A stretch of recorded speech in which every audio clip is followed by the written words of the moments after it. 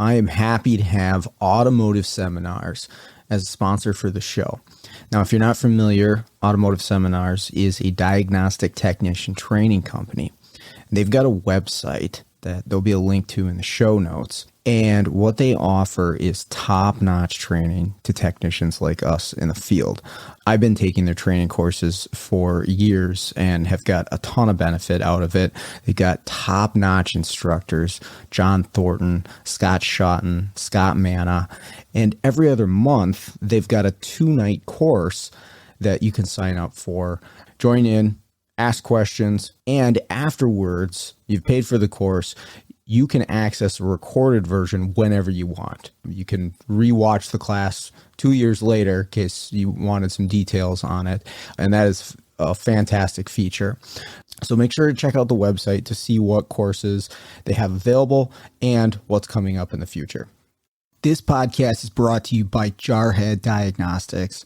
Jarhead Diagnostics manufactures in-house diagnostic equipment and storage solutions, as well as distributes for companies like Pico, ATS, and TopDon. One of my favorite tools that I've bought from Brandon and Jarhead Diag is the case for the U-Scope. If you don't have a U-Scope, you probably should, but if you have one, you got to get one of these 3D printed cases, has a magnet on it, has a full-size BNC lead that you can connect to, and it gets rid of the weak point of that scope, which is the mini BNC connection, which is pretty fragile. This case makes this thing nice and secure and makes it an even better tool than it was. So check out jarheaddiag.com. The link is in the show notes. This episode is brought to you by L1 Automotive Training and Keith Perkins. If you're looking for education on module programming, J2534, EEPROM work, key and immobilizer, electrical diagnostics, or drivability diagnostics, Keith has a website, l1training.com, that's got over 60 hours of training videos on all those subjects and more. When I first started out doing mobile, I utilized Keith's videos on module programming in J2534 in order to get my head wrapped around what I would need for the tooling, the computers, the software setups, what kind of obstacles I would be up against when I'm out there programming modules on cars. And it was a huge benefit to me. And I continue to use the training videos that he has on his website. So I strongly recommend checking out l1training.com. We have got Auto Rescue Tools and Isaac Rodell as a sponsor for this podcast. Hey guys, if you're looking for programming laptops, you want the laptop set up ready to go for programming control modules on vehicles, you need key cutting equipment, you need diagnostic tools, Isaac is your guy. Has all that stuff available for purchase, and the support that he offers along with the purchase has been outstanding. I bought some stuff from him in the past. I got my Dolphin key cutting tool from him several years back. And again, the support has been phenomenal. Helped me out along the way with anything additional I needed to make it work for me. Also, for the month of June 2023, they've got Autel updates for sale. So make sure to check that out as well. Again, that's autorescuetools.com. The link will be in the show notes.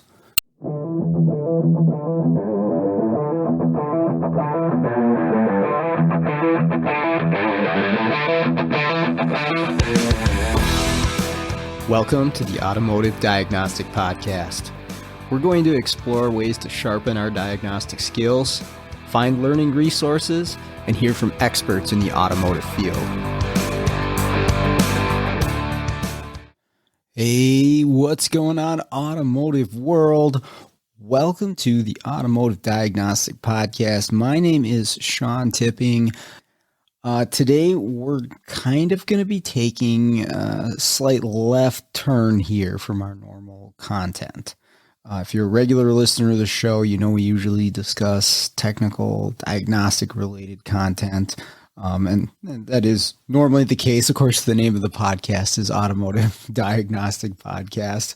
But today, I want to diagnose another type of problem, or at least discuss another type of problem that a lot of us face. And bear with me here if this doesn't sound like it's right up your alley right away. Remember, I do this show. I'm not trying to sell you anything, right? I don't make any money off this show. Everything that I talk about on this show, all of the discussions that I have and the people that I bring on here, I genuinely believe that it's going to be information that's going to be valuable and it's going to benefit someone somehow, even if it's just one person, in their careers in this field. And today's discussion definitely fits that bill. I really, truly believe this is beneficial to somebody out there that's listening. So that's why I'm talking about it. So here's the deal. As an automotive technician, which I lived that for 12 years, full-time flat rate technician. So I know the gig. I know what it takes. I know the demand on your body. And that's the thing, is this job is a very physically demanding job, as are all trades, right? Maybe as auto techs, we have it easy compared to some of the other trades out there. I've never worked another trade, so I can't say that for sure. But anyways, I know that this job takes a toll on your body, especially after you've been doing it for a few decades. I think anybody that's been doing this for a decade, 2 decades, can attest. They have the battle scars. They know how much doing this physical job day in, day out, maybe working really long shifts, maybe doing some heavy line work, it really beats up their body. And what I've seen personally, people that I know in this field, the injuries and the chronic pain start to rack up as you continue to go, on with your life and on with your career in this field. And you're dealing with, like I said, chronic pain. You're dealing with injuries that are persisting, maybe getting worse, affecting your ability to do your job. Surgeries because of these injuries to try to correct them. Pain medication, maybe other methods of relieving pain. This is honestly more common than not with people that have been in this field for a decent amount of time, and even young people.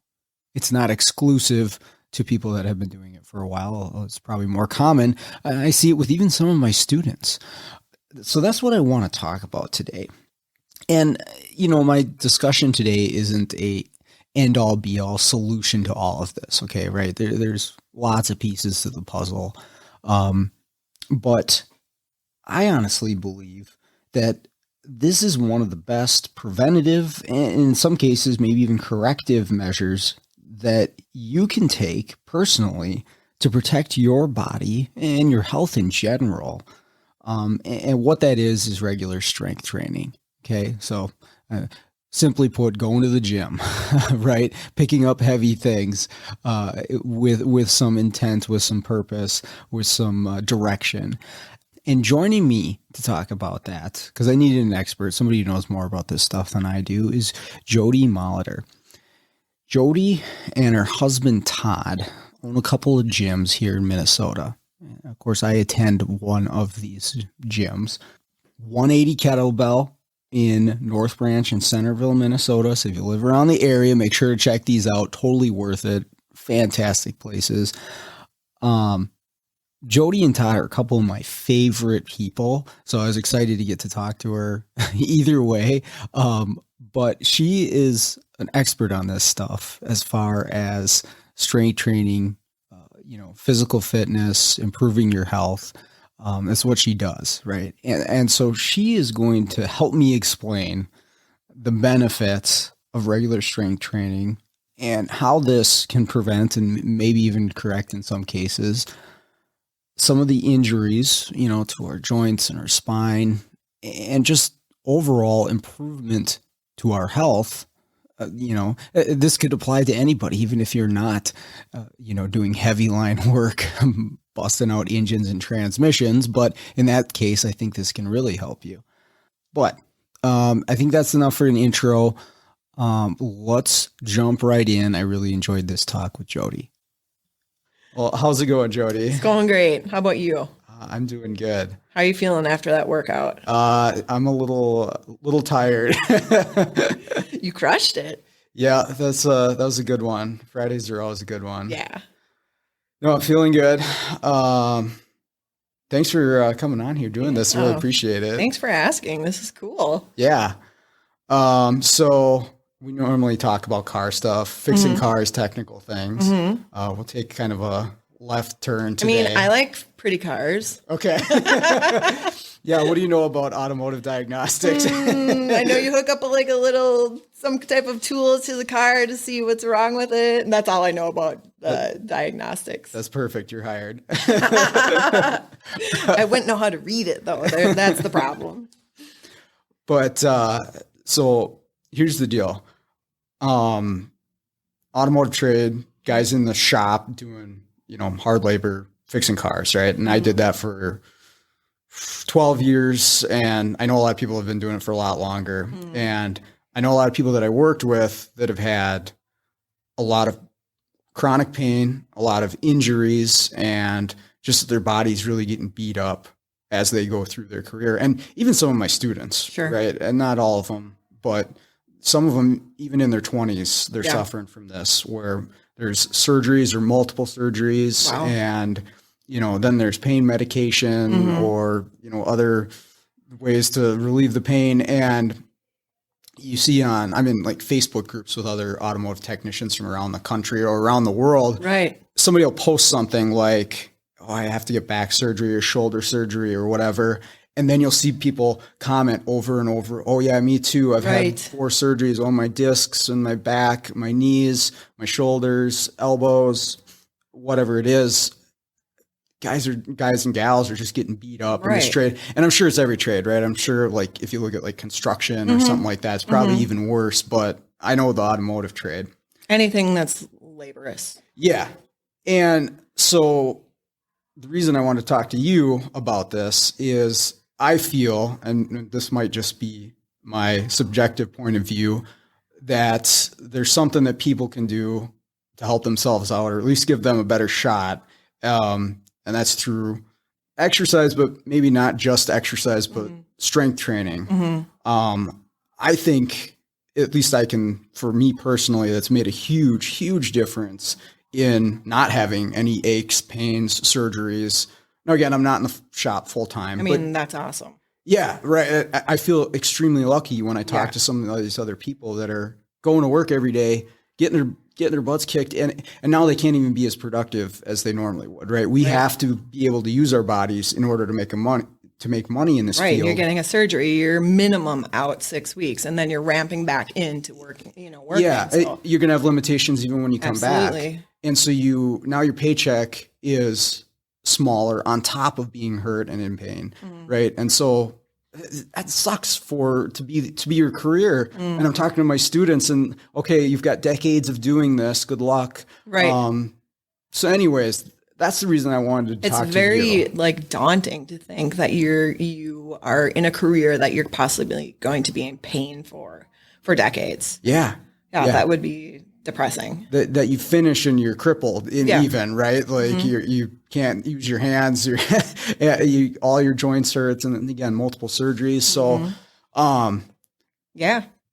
I feel that, especially starting out, but even later in the career, that people can make a big difference by taking care of themselves in this aspect of Absolutely. strength training or exercise. But Yeah. that's why I want to talk to you, because you're the expert there. Thanks. Well, did you have any injuries or anything? I can't remember when you first started here. Some knee pain. Some knee pain? Definitely. That was probably the biggest thing for me. It's some of the tendons around my knee or anything. Right. And I haven't had any surgeries or anything, but it was pretty persistent, I would say. And how do you feel since you've been doing functional training? Do you feel like that has helped or it's gotten worse? Or how do you feel like we've worked around that? 100% zero aches and pains, besides, every once in a while you get Isn't that tweak crazy? or something. But yeah, Like normal stuff. right. It's for being 35 And I mean, I realize it's not that old, and people listening to this, Yeah, are, but like you are way said, older. though, I mean, if you're in this field Yeah. and you've got some 20-some-year-olds just starting out and they're getting injured Mm-hmm. and they've got no foundation to help support that, yeah, it's going to be a lifetime of injury and misery and not a really great quality of life. If you're just in pain, what if you don't have great insurance? Chiropractic care, there's all that, medication. It's a way more expensive than having a gym membership. Right. Right. If you take some preventative measures, Exactly. I think this can make a huge difference for people. So Yeah. if somebody is like, okay, this sounds interesting, what does it look like for somebody to actually make a difference? I mean, what do they need to do? Right. Well, the first step is always the hardest, which is actually walking in the door of someplace like, let's say, like our gym, like a functional training facility. Generally, when people go into like a big box gym, and I won't say any names, but a gym where you're walking in and you see a bunch of machines and you don't know what to do on them. There's no programming. There's no one telling you how to do them correctly. People just get overwhelmed and then they quit. Okay. They'll do some things and they'll be like, oh yeah, I'm really jacked and pumped up. And then, that lasts like 2 weeks. And then they're like, well, what do I do now? Yeah. The nice thing about like a facility like ours is it's all there. It's all laid out and we're there to help you work through it, modality, work different muscle groups. If you've got, a knee issue, shoulder issue, we'll give you something to help you work through that so you can still work those muscles. Okay. Maybe not in the way, the person next to you is, but we are educated enough to be able to, work through that corrective strategies to make it work for you. Awesome. What functional training? How would you define that? Functional training. I know I'm throwing that word out there because you hear strength training, it's been around forever. Functional training is literally moving your body in a way that's natural. Okay. And you doing it with resistance. Okay. We tend to use kettlebells because I like that tool for functional training because it's very body friendly.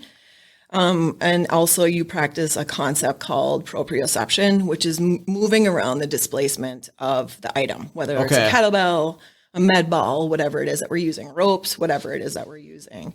And you're using your body as a machine rather than getting on a machine and trying to work some muscles. You're using your body to balance to, Okay. Yeah.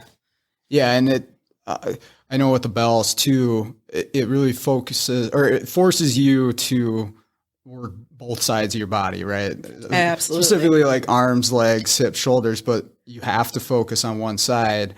Whereas a lot of the machines, it's just sort of, I don't know what the word is, but you're pushing with both arms or both legs. Yeah. And so the dominant one can It's be true. overcome. And so I know for me, it's helped even out some imbalances there. It's true. And as we age, we lose our balance. So if we're not working on things that are offset and force us to balance, we lose it. So that's why I throw in all those weirdy drills and you're like, what the heck, But that's why, because if we don't work on those, we lose it. Right. And then you're like a stumbling, old man as you get old. Right. Well, the other thing is like a range of motion for stuff. Okay. So when I started here, I don't think I could get below 90 degrees as far as a squat goes. Yeah, with my heels on the ground, right. I don't think I could do that. So do you feel like it was in your knees because you talked about, your tendons in your knees, or do you feel like it was more in your ankles because that's, ankle flexion is a big thing too when people are first starting out squatting. They don't realize they need to like sit back and have their heels planted. I mean, and they can't. Yeah, that was the thing. I couldn't. And honestly, I don't think I had the connections to really even understand what the problem was. Right. I don't know if it was like hip related, but definitely felt it in my knees. But I mean, I've been doing this for 3 years and some change now. Oh, I thought it was longer than that. I feel like I've known you for a long time. That's awesome though. But I can drop all the way down. Like as far as my butt will go towards the ground. Yeah. Right? And I coach you and I see no issues with your ankle flexion or mobility. But then that transfers over into, labor during a job too, being able to move all your joints, full range of motion, especially if you're crouching down to pick up something like a tire. Yeah. Or, Do you feel like that's changed for you when you go down to crouch down to pick up a tire or whatever else? Like you actually know the proper technique to do a squat or pick something up? yeah. And I'm connected more to my body too, right? Like I can, because some of these exercises force you to kind of feel out a specific muscle Absolutely. when you're doing it. do. And so that transfers too. So you almost know when, okay, that's my limit right there. Or that's, if I keep pushing here, it's going to hurt. Yeah. Or In a bad way. in a bad way. Right. Yeah. Something bad's going to happen. Right. So I think the connection to your body is an advantage too. But yeah, we're working above our heads too, a lot of the time. And yeah, like shoulder mobility, range of motion, that's huge. So, I mean, even without the strength portion, just moving and being connected to your body. Yeah. Mobility is huge. It's huge. And cause you've done some of the drills here where I'm like, put the bell down, let's just work on mobility and form and where you should be feeling this. It's huge. You don't have to add a weight until you feel comfortable with it. We're not going to like, throw stuff at you and you need to go as heavy as you can with horrible form. And I mean, you guys all know the gyms that are like that. And, everyone's injured forever. Right. Most people coming in here have some type of an injury. If you actually, had my position as a coach, you sat up in front, probably 75% of the class has different, modality, different drills that they have to do to work through impediments or different injuries that they have or range of motion. Yeah. That's actually a question I had too. If somebody has already kind of been through the ringer and is hurt and has surgeries, how do they approach this so that they can get better, but also not hurt themselves more? Yeah. Well, you want to get in front of a coach that is educated. Is what you want to do. You don't want to just, like I said, hop into one of the big box gyms, hop on a machine, or somebody that's hired for $10 an hour to like, oh, hey, you want me to personally train you? I'll put you on this machine. Right. You want to be in front of somebody that has a background in corrective strategies and, mobility drills and stuff like that to help you work through that. And you want to be in commune with them. So you are on the same page as your coach. And if at any point in time there's something that bothers you, you don't keep going because that's what we do, right? We just think, I'll push through the pain. Right. I've been there. Yeah, you don't push through the bad pain. I mean, there's a difference between pushing it a little bit, but when it's the bad pain, it's not smart. You want to wait and have your coach definitely give you different drills to work the same muscles so you can build up around said injuries or impediments. Okay. And make it work for you. And like for instance, you built up muscle around your tendons and your knees and your ankle flexion got better, your mobility. I know you and I have talked just about different mobility drills and I've given you like videos and stuff to watch, if we didn't hit it as much as we wanted to during class. There's just a lot of information out there, but you also want to be at a gym where people are educated and can help you, especially if it's like a group training type thing. Okay.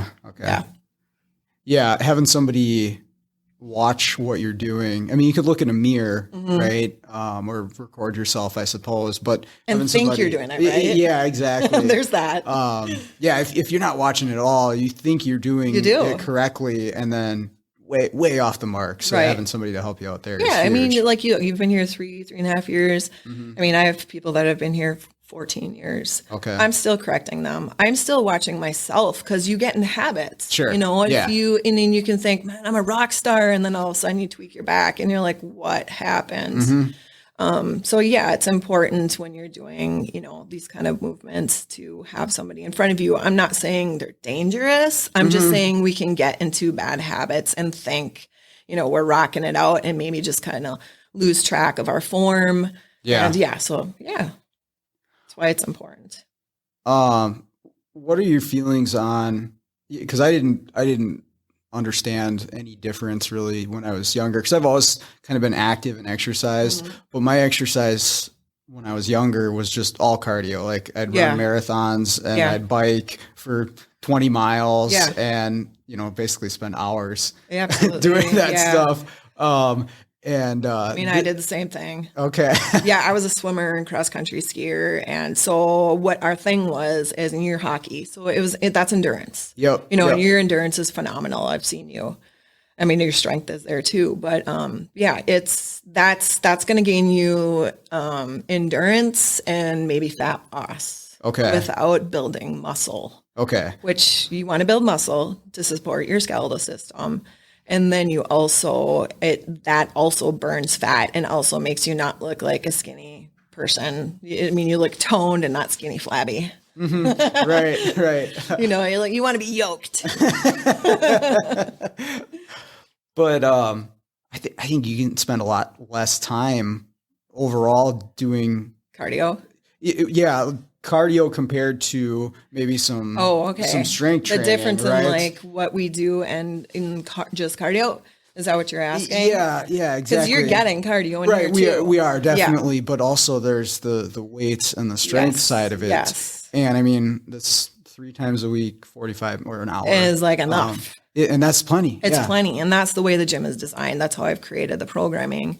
You know, you get your strength training in the beginning of the week, which sets you up and sets your metabolism for the rest of the week. You're not going to get biofeedback on your workout till 24 to 48 hours afterwards, which is when your next session would be, right? 48 hours afterwards. And then you're like, man, my traps are kind of sore. So you can kind of like, okay, I'm not going to go as heavy as I want to because I'm feeling a little like I really worked it on Monday. So I'm going to go a little lighter. Yeah. You know, so we hit more metabolic conditioning, lighter weights in the midweek. And then by Friday, you can kind of tell how the week is gone. And then, I don't know, did you go heavier today or lighter, depending upon how you felt during the week? Yeah, it was just a little bit heavier today, so I was feeling pretty good. Yeah, yeah. And the cool thing about it, and like you said, 3 times a week is, yes, that's what we try to focus on is 3 times a week is, you're getting cardio conditioning. You're getting strength training. But what you are not getting is steady state cardio, which is something that your heart rate's, below 70%, your max heart rate.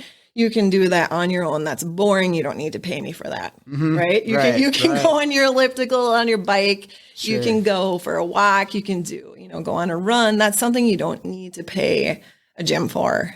You can go do that. Right. Well, it's so time consuming. And that's kind of where I was going with this is that, I'd go for back when I do a lot of running, that's an hour or 2 out of my night, right, to do that on a regular basis. And part of the issue that some people have, like, okay, maybe I'm interested, I want to do this, right, but I don't have the freaking time to make this happen. Like, when do I do this? And I think focusing more towards something like this, you can fit it into smaller chunks of time, or again, 45 minutes, 3 times a week, and you'll see a huge benefit. In obviously your strength and stuff, and just overall health. I mean, that's the other thing too. Even if you weren't an auto mechanic or in a trade, like, this is good for anybody's overall health. That's another reason I want to talk about this. I mean, just look at, sorry to interrupt you, but just think about class, and you think about like today, you saw people in here in their 70s. Yep. Isn't that amazing? Yeah. That's amazing. And I always tell them, I'm like, I want to be like you when I grow up. Because literally, I mean, they're doing the same stuff we're doing. Yeah. And we're challenged in class. And it's like, holy crap, they're doing the same damn thing. And they're rocking it. And they're here. And they've been here for literally, some of them, 14 years. Yeah. Because they see the benefits. Those people, and specifically the people I'm talking about that you saw today, bulging discs, scoliosis, knee surgeries, hip surgeries, shoulder surgeries. They all see the benefit in strength training and being here, or they would not be here at that age. There's no way they would be here. Well, I think the benefits probably only multiply as you get older too. And I think that's true, that we just, like, when we're younger, we're like, I don't even really need to work out, and I'm just doing what I want to do because it's fun. And then you kind of get a little older and you're like, oh man, I got this going on and that going on. I need to like actually think about what I'm doing and not just hop around and think I'm working out. That's the trap of this trade, is you get into it in your 20s and you're Superman, you're invincible. And you just crush flat rate hours, fixing cars, blasting them out, beating yourself up. And then all of a sudden you're like, I'm an old man at 25. I think it's around 30 in their 30s where I really start to see this with most people, where they start having the back issues and stuff like that. And now they can't do that same thing. You're like odd positions too, aren't you? Oh yeah, for sure. Think about the odd positions that I put you in here. Yeah. Right? Right. For your benefit, of course. But, you know, it's like, I mean, you guys are constantly moving around, you know, displacement of different objects. I mean, that's what functional training is. Yeah.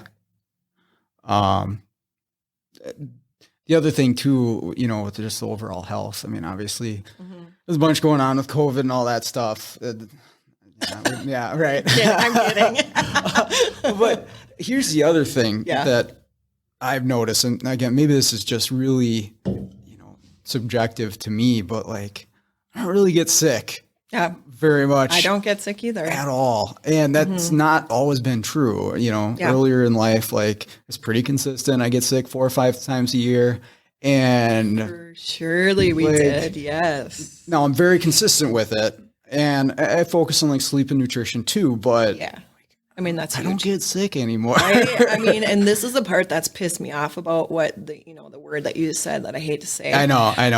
Is that, you know, the media is all like, oh, stay away from this and this and that. But it's, you know what? We've had 0 issues at this gym because you have to be distanced anyways. And we already have practiced cleaning off everything. And we get so sweaty in here, you know.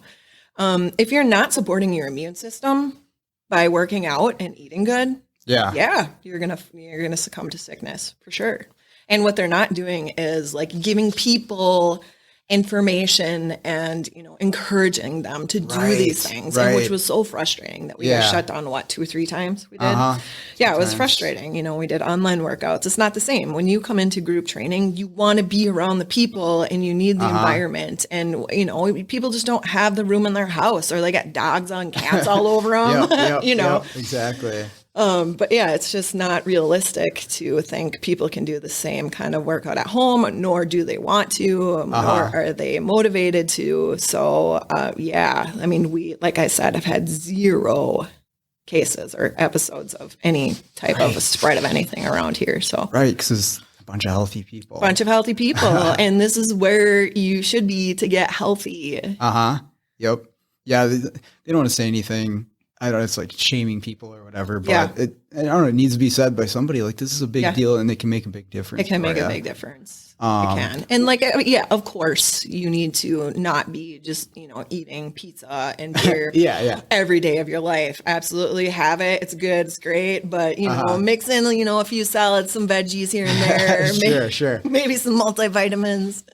Yeah, it's there's multiple pieces to the puzzle for sure. What do you think it is about exercise in general that helps your immune system? Do you know the mechanism behind it, or? Gosh. Well, I just think in general, it promotes you being in a more healthy mindset is what it does. I mean, obviously, you know, the benefits of exercise. You get that happy endorphin rush. And I just think it puts you, just like I said, in a mind frame of, well, I'm going to eat better because I'm here, and I'm going to get sleep because I need to, because I'm waking up at the ass crack of dawn to come in and work out, you know. Right. You know, and it just gets your circulatory system flowing. It just gets everything moving the way it should in your body, rather than just sitting there stagnant, you know, and not flushing anything out of your system. Yeah. Oh yeah, you feel good when you're done with it too, right? Yeah, you feel amazing. You feel like you said, you feel like Superman. You knock that out first thing in the morning, and then the rest of the day. So what do you think? Because you usually work out early. What do you think about, you know, coming in at 9:30 today and working out? Well, 9:30 is nice because you don't have to get up super early. Yeah, and then you can just enjoy the rest of your day from there. So if I have the time, this is probably the one that I would do. Yeah. If I go to a nighttime class, I got more energy like right out of the gate. Oh, interesting. So sometimes I'll have some better workouts that way. But why do you think that is? I'm you just just been loose from up? the day. Okay. And I'm comparing it to going at like 5 or a.m. 6. Yeah, Yeah. And then sure. I'm just like, I'm Like barely rolling out of awake. bed. I see people's like their, what are those CPAP machines? Like, I see those lines on their face when they walk. I'm like, when did you actually wake up? Like 5 minutes ago, I rolled out. I'm like, no way. I'm like an hour. Got to do my routine before I get in here, have a cup of coffee.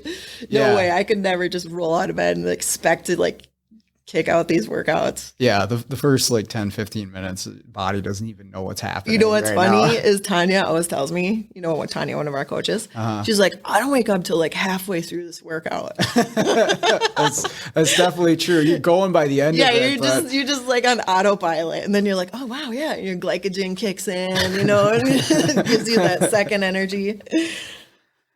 Yeah, I mean, it's a skill. You know, kettlebells is definitely a skill. It's not like something that you think you can walk into the gym and be like, well, I work out all the time. I mean, we get this all the time. Sure. Todd and I and our admin, you know, that, you know, write the passes for people to come in. It's definitely something that you have to be patient with yourself about. It's just like if you learn barbell technique, which we've been doing too. Yep. It takes time and you can't get frustrated with it. You've got to allow yourself that space and kind of check the ego at the door. And, oh, wow, it's a girl coach. A girl coach is telling me something that I might not know. Some of the females in class. Badass. Like, oh, wow. Okay. And it's encouraging, though. It is. I mean, It is. Yeah, it's funny because the dudes that are here are like, I got to keep up with the ladies. You know, it is kind of everybody's at the same level. That's the cool thing about it. Yeah. And the nice thing I like about kettlebells is that you notice your strength gains really quickly because it's a full body movement. It's not just arms. It's not just legs, even though you might feel it more so in one area, you know, more than the other, depending upon what we do that day. But right. Core strength. Yeah. Oh, yes. Like we do some. We definitely do. Yeah. You incorporate certain core Yes. movements, but core strength is huge. I for feel what you like do. overall, just moving the bells around, like it's always got to be tight. And I've noticed that's another thing that has never been the way it is, you know, within the last few I years. could come and kick you repeatedly and Exactly. you'd be like, more. No, but the cool thing, and I'm glad you brought that up because I was going to talk about that too.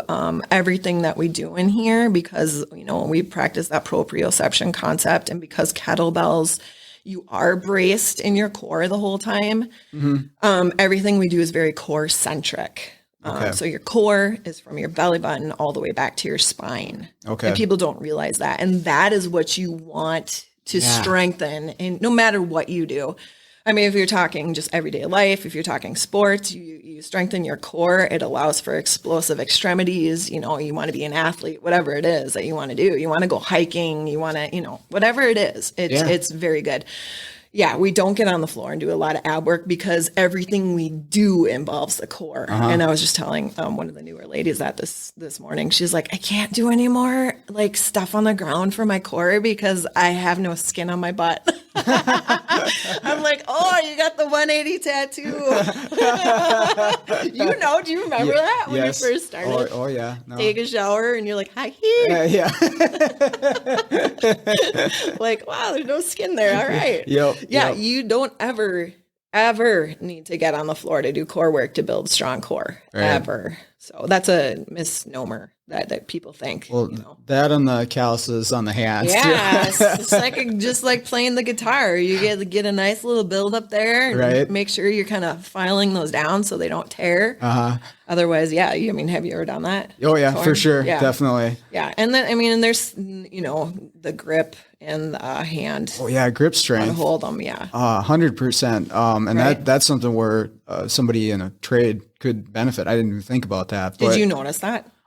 So you see, I'm not doing it as full time as much anymore. Yeah. But in general, in my life, I Yeah. noticed that I'm like, okay, this definitely makes a difference. Because I mean, if you really ramp up some of the weights, it was like 70, 80 pounds that you're holding. You have to hold on to In one different- hand. Yeah, in one hand. Yeah. And so that's huge for sure. And that would transfer to a lot of different trades. Absolutely.